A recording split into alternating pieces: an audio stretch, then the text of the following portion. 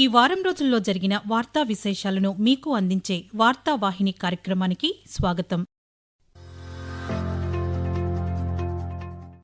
ఉత్తరప్రదేశ్ పర్యటనలో భాగంగా హర్దోయిలో ప్రతిష్టాత్మక గంగా ఎక్స్ప్రెస్ వేను ప్రధానమంత్రి నరేంద్ర మోదీ బుధవారం ప్రారంభించారు.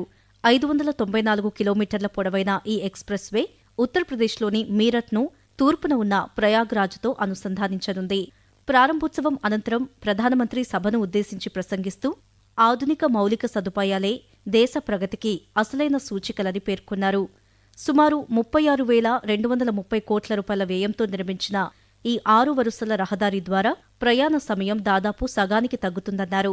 కేవలం ప్రయాణ సౌకర్యమే కాకుండా దాని వెంబడి 12 పారిశ్రామిక కారిడార్లను ఏర్పాటు చేయడం ద్వారా హర్దోయ్, ఉన్నావ్, రాయ్బరేలీ వంటి జిల్లాలలో పారిశ్రామిక వృద్ధిని ప్రోత్సహించాలని ప్రభుత్వం లక్ష్యంగా పెట్టుకుందని నరేంద్ర మోదీ తెలియజేస్తూ गंगा एक्सप्रेस वे यूपी के एक छोर को दूसरे छोर से तो जोड़ता ही है, ये एनसीआर के असीम संभावनाओं को भी करीब लाएगा. इसके किनारे नए औद्योगिक अवसर विकसित होंगे. नए बनते एक्सप्रेस वे विकसित होते भारत की हस्तरेखाएं हैं और ये आधुनिक हस्तरेखाएं आज भारत के उज्जवल भविष्य का जयघोष कर रही है. విశాఖపట్నంలో గూగుల్ ఏఐ డేటా సెంటర్కు కేంద్ర ఎలక్ట్రానిక్స్ ఐటీ శాఖ మంత్రి అశ్విని వైష్ణవ్, ముఖ్యమంత్రి చంద్రబాబు నాయుడు సోమవారం భూమి పూజ చేశారు.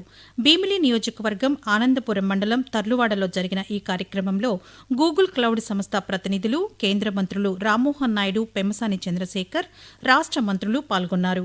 అనంతరం జరిగిన సభలో అశ్విని వైష్ణవ్ మాట్లాడుతూ ఆంధ్ర, తెలంగాణ రాష్ట్రాల ఉమ్మడి రైల్వే బడ్జెట్ గతంలో 886 కోట్ల రూపాయలు మాత్రమే ఉండగా ఇప్పుడు ఒక్క ఆంధ్రప్రదేశ్కే 1,134 కోట్లు కేటాయించామన్నారు. రాష్ట్ర వ్యాప్తంగా 74 రైల్వే స్టేషన్లలో పూర్తిస్థాయి ఆధునీకరణ పనులను చేపట్టామని, ఆంధ్రప్రదేశ్లో 100% రైల్వే లైన్ల విద్యుతీకరణ జరిగిందని చెప్పారు.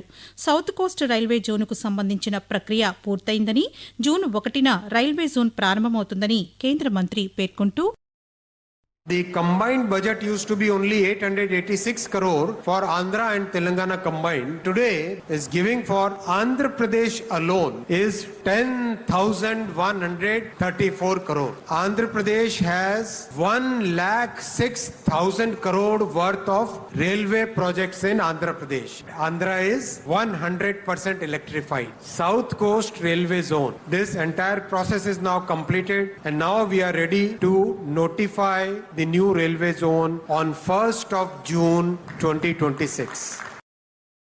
వికసిత్ భారత్ 2047 వాతావరణ మేధస్సుతో స్థితిస్థాపకతను పెంపొందించడం అనే అంశంపై న్యూఢిల్లీలో బుధవారం జరిగిన చర్చా కార్యక్రమంలో కేంద్ర వాణిజ్య, పరిశ్రమల శాఖ మంత్రి పీయూష్ గోయల్ పాల్గొన్నారు. ఈ సందర్భంగా ఆయన ప్రసంగిస్తూ వాతావరణ సంక్షోభాన్ని అవసరమైన తక్షణ చర్యగా ఉమ్మడి బాధ్యతతో పరిష్కరించేలా గ్లోబల్ సౌత్ను ఏకం చేయడంలో ప్రధానమంత్రి నరేంద్ర మోదీ కీలక పాత్ర పోషించారని తెలిపారు. పునరుత్పాదక ఇంధన లక్ష్యాలను చేరుకోవడంలో భారత్ అగ్రశ్రేణి G20 దేశాలలో ఒకటిగా నిలుస్తోందని, నిర్దేశిత గడువు కంటే 8 ఏళ్ల ముందే తన పునరుత్పాదక ఇంధన లక్ష్యాలను సాధించిందని చెప్పారు. వాతావరణ మార్పులను ఎదుర్కోవడంలో భారతదేశం ప్రపంచవ్యాప్తంగా అత్యుత్తమ ప్రదర్శన కనబరుస్తున్న దేశాలలో ఒకటిగా నిలిచిందని పీయూష్ గోయల్ వెల్లడించారు. న్యాయ వ్యవస్థలో సాంకేతిక విప్లవానికి నాంది పలుకుతూ సిక్కిం రాష్ట్రం దేశంలోనే మొట్టమొదటి కాగిత రహిత న్యాయ వ్యవస్థ పేపర్లెస్ జ్యుడిషియరీ రాష్ట్రంగా అవతరించింది. గ్యాంగ్టక్లో శుక్రవారం నిర్వహించిన సదస్సులో భారత ప్రధాన న్యాయమూర్తి CJI జస్టిస్ సూర్యకాంత్ ఈ విషయాన్ని వెల్లడించారు. ఈ ఘనత సాధించడంపై సిక్కిం ముఖ్యమంత్రి ప్రేమ్ సింగ్ తమాంగ్ గోలే రాష్ట్ర ప్రజలకు, న్యాయమూర్తులకు అభినందనలు తెలిపారు. వేగవంతమైన, పారదర్శకమైన, సాంకేతిక ఆధారిత న్యాయ వ్యవస్థను నిర్మించడంలో ఇదొక చారిత్రక అడుగని కొనియాడారు. ఈ ఫైలింగ్, డిజిటల్ కేస్ మేనేజ్మెంట్ వంటి కార్యక్రమాలు న్యాయ సేవలను మరింత సమర్థవంతంగా అందిస్తాయని ఆశాభావం వ్యక్తం చేశారు. డిజిటల్ అరెస్టు పేరుతో జరిగే సైబర్ మోసాలపై ప్రజలు అప్రమత్తంగా ఉండాలని కేంద్ర కమ్యూనికేషన్ శాఖ సహాయ మంత్రి పెమ్మసాని చంద్రశేఖర్ సూచించారు. ఇలాంటి నేరాలపై ప్రజలకు అవగాహన కల్పించేలా ఆయన మంగళవారం ఒక వీడియో సందేశాన్ని సామాజిక మాధ్యమంలో పంచుకున్నారు. పోలీస్ అధికారులుగా నటిస్తూ సైబర్ నేరగాళ్లు వీడియో కాల్స్ చేసి నగదు వసూలు చేస్తారని తెలిపారు. అజ్ఞాత కాల్స్, సందేహాస్పద లింకులు వంటి మోసాల పట్ల ప్రజలు అప్రమత్తంగా ఉండాలని, సైబర్ నేరాలపై 1930 హెల్ప్లైన్ నంబర్కు కాల్ చేయాలని సూచించారు. న్యూఢిల్లీలో జరిగిన జాతీయ భద్రతా సదస్సు 2.0లో రక్షణ మంత్రి రాజ్నాథ్ సింగ్ గురువారం పాల్గొన్నారు. ఈ సందర్భంగా ఆయన మాట్లాడుతూ భారతదేశం ఎలాంటి ఉగ్రవాద కార్యకలాపాలను సహించబోదనే సందేశాన్ని ఆపరేషన్ సింధూర్ ద్వారా ప్రపంచానికి తెలియజేసిందని అన్నారు. దేశంపై ఉగ్రవాద దాడులు జరిగినప్పుడు కేవలం దౌత్యపరమైన ప్రకటనలు చేస్తూ ఉండే విధానం ఇక ముందు ఉండదని స్పష్టం చేశారు. పాకిస్తాన్ను అంతర్జాతీయ ఉగ్రవాద కేంద్రంగా, భారతదేశాన్ని ఇన్ఫర్మేషన్ టెక్నాలజీకి కేంద్రంగా ఆయన అభివర్ణించారు.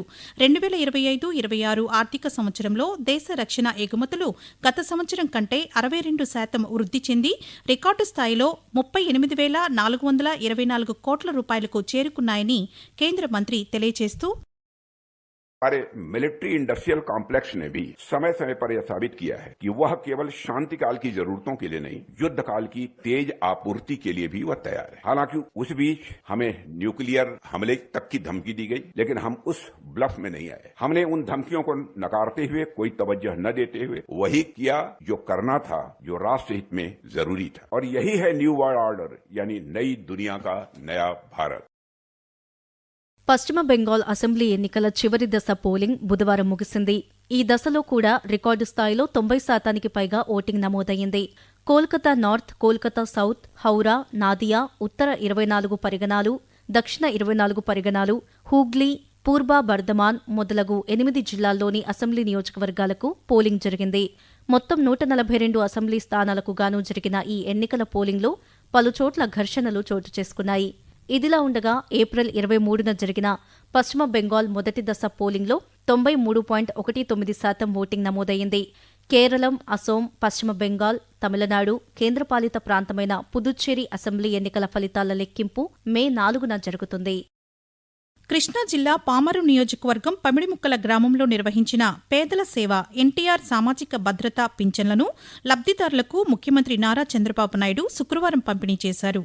అనంతరం నిర్వహించిన బహిరంగ సభలో ముఖ్యమంత్రి మాట్లాడుతూ ప్రజా సంక్షేమానికి ప్రాధాన్యతను ఇస్తూ ప్రతి నెల 1వ తేదీన పింఛన్లు పంపిణీ చేస్తున్నామని తెలిపారు. అనంతరం అంతర్జాతీయ కార్మిక దినోత్సవాన్ని పురస్కరించుకుని కార్మికులకు మేడే పురస్కారాలను ముఖ్యమంత్రి ప్రదానం చేశారు. ఈ సందర్భంగా ఆయన మాట్లాడుతూ కార్మికుల కోసం లేబర్ అడ్డా నిర్మాణాలు చేపడుతున్నామన్నారు. లేబర్ అడ్డాలను నైపుణ్యాభివృద్ధి కేంద్రాలుగా అభివృద్ధి చేస్తామని చంద్రబాబు నాయుడు పేర్కొంటూ మొదటి తారీఖు అంటే మనందరికి గుర్తొచ్చేది పేదల సేవలో అధికార యంత్రాంగం తెల్లవారుజామునొచ్చి మీ చేతిలో డబ్బులు పెట్టి ఎక్కడా ఒక్క రూపాయి అవినీతి లేకుండా పనిచేసే ప్రభుత్వం ఎన్డీఏ ప్రభుత్వం.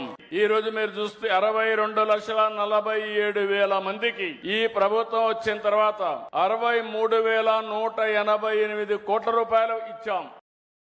జమ్మూలోని తావీ రైల్వే స్టేషన్ నుండి శ్రీనగర్ జమ్మూ వందే భారత్ ఎక్స్ప్రెస్ రైలును రైల్వే శాఖ మంత్రి అశ్విని వైష్ణవ్ గురువారం జెండా ఊపి ప్రారంభించారు. ఈ సందర్భంగా రైల్వే మంత్రి మాట్లాడుతూ గడిచిన 12 సంవత్సరాలలో రైల్వే రంగంలో గణనీయమైన అభివృద్ధి చోటు చేసుకుందని అన్నారు. ఇప్పటి వరకు శ్రీనగర్ నుండి శ్రీ మాతా వైష్ణవ్ దేవీ కత్రా వరకు నడిచే ఈ రైలు ఇకపై జమ్మూ తావీ వరకు నడుస్తుందని చెప్పారు. ఆర్టికల్ 370 రద్దు తర్వాత జమ్మూ కాశ్మీర్ ప్రాంతం నిరంతర అభివృద్ధిని చూసిందన్నారు. పెరుగుతున్న ప్రయాణికుల డిమాండ్ను దృష్టిలో ఉంచుకుని ఈ రైలులోని కోచ్ల సంఖ్యను 8 నుండి 20కి పెంచినట్లు తెలిపారు. గత ఏప్రిల్ నెలలో వస్తుసేవల పన్ను జీఎస్టీ వసూళ్లు రికార్డు స్థాయికి చేరాయి. గత ఏడాది ఇదే నెలతో పోలిస్తే 8.7% వృద్ధి నమోదైంది. మొత్తం జీఎస్టీ వసూళ్లు 2,42,000 కోట్ల రూపాయలకు పైగా నమోదయ్యాయి. గతేడాది ఇదే నెలలో 2,23,000 కోట్లుగా ఉండగా ఈసారి మరింత పెరిగాయి. గత నెలలో కేంద్ర జీఎస్టీ వసూళ్లు 52,000 కోట్ల రూపాయలకు పైగా ఉండగా రాష్ట్ర జీఎస్టీ 61,300 కోట్ల రూపాయలకు మించి నమోదయ్యాయి. ముఖ్యమంత్రి నారా చంద్రబాబు నాయుడు అధ్యక్షతన రాష్ట్ర మంత్రివర్గం అమరావతిలోని సచివాలయంలో గురువారం సమావేశమయ్యింది. సుమారు 3.5 గంటల పాటు జరిగిన సమావేశంలో 20కి పైగా అజెండా అంశాలకు ఆమోదం లభించిందని ఆర్థిక మంత్రి పయ్యావుల కేశవ్ పాత్రికేయులకు వివరించారు. మౌలిక వసతులు, ఉద్యోగ, వ్యవసాయం, పట్టణాభివృద్ధి, పెట్టుబడులు వంటి అంశాలపై మంత్రివర్గం కీలక నిర్ణయాలు తీసుకుంది.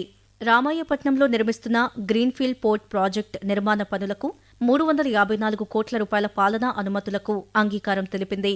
అమరావతిలో పలు నిర్మాణాలకు 1,208 కోట్ల రూపాయల పాలనా అనుమతులకు మంత్రివర్గం ఆమోదం తెలిపిందని పయ్యావుల కేశవ్ వివరిస్తూ కృష్ణా నది యొక్క కుడిగట్టు కరకట్టని మోడర్నైజ్ చేయడానికి డిజైన్ ని మార్చి మట్టి కట్టని ఎక్స్పాండ్ చేసి రకంగా డిజైన్ చేయడంతో అది కేవలం 443 కోట్ల రూపాయలతో అయిపోతా ఉంది. అమరావతిలో మనం ఏదైతే కడతా ఉన్నామో ఆఫీసెస్ కాంప్లెక్స్, దానికి సంబంధించినటువంటి కంబైన్డ్ అడ్మినిస్ట్రేటివ్ అప్రూవల్ వాటికి దాదాపు 2,540 కోట్లకి ఇవ్వడం జరిగింది. దేశవ్యాప్త జనగణన ప్రక్రియలో భాగంగా ఆంధ్రప్రదేశ్లో శుక్రవారం నుండి ఇళ్ల గణన ప్రారంభమైంది. ఇందులో భాగంగా గణన అధికారులు ప్రతి ఇంటికి వెళ్లి ప్రజల స్థితిగతులు, వసతుల వివరాలను సేకరిస్తున్నారు. ఇళ్ల వసతులు, ఇతర వివరాలు వంటి అంశాలపై సుమారు 34 ప్రశ్నలు అడగనున్నారు. ఈ నెల 30వ తేదీ వరకు ఈ మొదటి దశ గణన కార్యక్రమం జరగనుంది. ఇళ్ల జాబితా, గృహ గణన కార్యకలాపాలకు సంబంధించిన సమాచారం కోసం జాతీయ toll free help line number 1855కు ఫోన్ చేసి సమాధానాలు పొందవచ్చని ఆంధ్రప్రదేశ్ జనగణన కార్యాలయం తెలిపింది. న్యూఢిల్లీలో సోమనాథ్ స్వాభిమాన్ పర్వ్ యాత్రను కేంద్ర సాంస్కృతిక, పర్యాటక శాఖ మంత్రి గజేంద్ర సింగ్ షెకావత్ గురువారం ప్రారంభించారు. సోమనాథ్ ఆలయం పట్ల 1000 సంవత్సరాల అచంచలమైన భక్తి విశ్వాసాలకు ప్రతీకగా సుమారు 1300 మంది భక్తులతో కూడిన ఒక ప్రత్యేక రైలు గుజరాత్లోని సోమనాథ్ ఆలయానికి యాత్రను ప్రారంభించింది. న్యూఢిల్లీలోని సఫ్దర్జంగ్ రైల్వే స్టేషన్లో జరిగిన ఈ కార్యక్రమంలో ఢిల్లీ ముఖ్యమంత్రి రేఖా గుప్తా, ఢిల్లీ సాంస్కృతిక శాఖ మంత్రి కపిల్ మిశ్రాలు పాల్గొన్నారు. ఈ సందర్భంగా కేంద్ర మంత్రి మాట్లాడుతూ సోమనాథ్ ఆలయం భారతదేశ ఆత్మగౌరవానికి, దృఢత్వానికి, అకుంఠిత స్ఫూర్తికి ప్రతీక అని అన్నారు.